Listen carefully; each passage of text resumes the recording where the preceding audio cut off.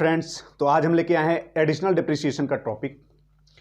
Additional depreciation क्या होता है? एडिशनल डिप्रिसिएशन वो डिप्रिसिएशन जो डिप्रिसिएशन के बाद भी दिया जाता है।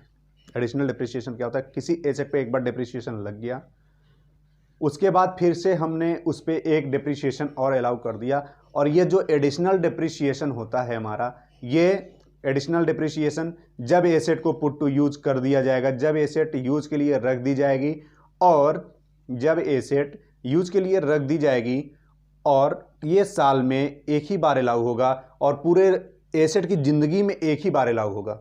ये नहीं कि हर साल उसको क्लेम करते रहे एडिशनल डिप्रिसिएशन। ठीक है, एडिशनल डिप्रिसिएशन पूरे ईयर में एक बार अलाउ होगा। एडिशनल डिप्रिसिएशन डिप्रिसिएशन चार्ज करने के बाद चार्ज होता है। एडिशनल डिप्रिसिएशन सारे एसएसी को अलाउ नहीं होता है। एडिशनल डिप्रिसिएशन कुछ चुनिंदा लोगों को दिया जाता है। जैसे मान लीजिए वो चुनिंदा लोग होते हैं मैन्युफैक्चरिंग, कोई मैन्युफैक्चरिंग का वर्क कर रहा है, बिजनेस कर रहा है, उसको एडिशनल डिप्रिसिएशन दिया जाएगा। और यदि कोई पावर जनरेटिंग का, पावर डिस्ट्रीब्यूशन का या फिर पावर ट्रांसमिशन का कार्य कर रहा है, यदि कोई एसएसी पावर जनरेटिंग कर रहा है, डिस्ट्रीब्यूशन कर रहा है या ट्रांसमिशन कर रहा है, तो उसको भी एडिशनल डिप्रिसिएशन दिया जाएगा। और अब बाई रेट की, रेट क्या लगेगा?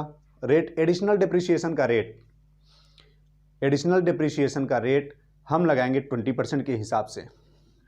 ठीक है, एडिशनल डिप्रिसिएशन लगता है 20% के हिसाब से, और ये साल में पूरे एसेट की ज़िंदगी में एक ही बार यूज किया जाता है। अच्छा, अब टॉपिक आता है, जैसे हमने एसेट खरीदा, एसेट हमने खरीदा और उसको हम लेस देन 180 डेज यूज किए, एक साल में 180 डेज से कम यूज किया है।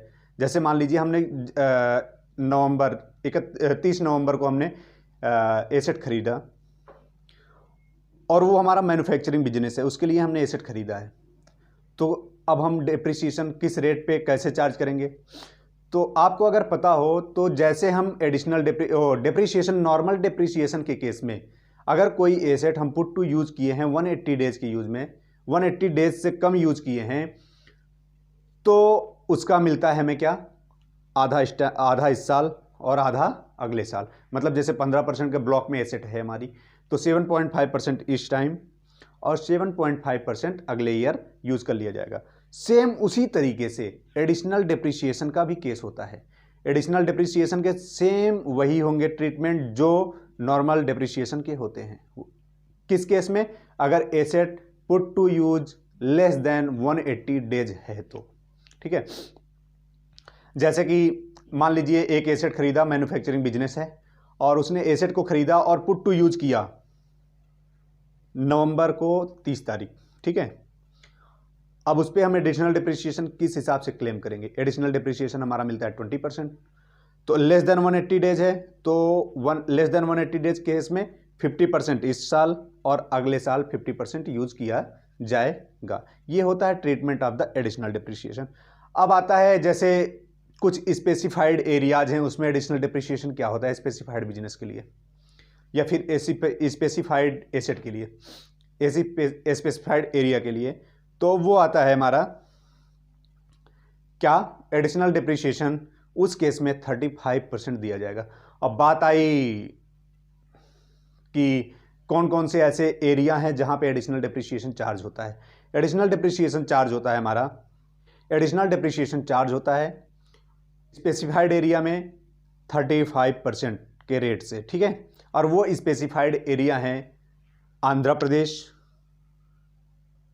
और बिहार, तेलंगाना और वेस्ट बंगाल। ठीक है, ये हमारे बैकवर्ड स्पेसिफाइड एरियाज हैं। यहाँ पे अगर हम बिजनेस करते हैं मैन्युफैक्चरिंग का या distribution, power generating, power transmission का, तो हमें इस केस में एडिशनल डिप्रिसिएशन 35% के हिसाब से चार्ज होगा। और यदि एसेट पुट टू यूज की गई लेस देन 180 डेज, अगर एसेट 180 दिन से कम में यूज की गई है इस साल, तो सेम वही प्रोसेस होगा, 50% इस साल और 50% उस ईयर में यूज हो जाएगा। ठीक है, तो ये हमारा 32 सेक्शन खत्म होता है। अब हम आगे अगले टॉपिक में आपसे बात करेंगे। जैसे हमने डोनेशन दिया या फिर डोनेशन के टॉपिक पे या स्पेसिफाइड किसी बिजनेस को जो मतलब अप्रूव्ड है और वो साइंटिफिक रिसर्च वगैरह का काम कर रहा है, तो उसके लिए क्या डिडक्शन अलाउ है उस पर हम बात करेंगे अगले वीडियो में। आज के लिए बस इतना ही। अगर आपको वीडियो अच्छा लगे तो please like, share and subscribe और कमेंट करना ना भूलें प्लीज़। इससे हमें अपनी कमियां पता चलती है, जिससे हम आगे आपको और अच्छा वीडियो प्रोवाइड कर सकें। Thank you, bye bye.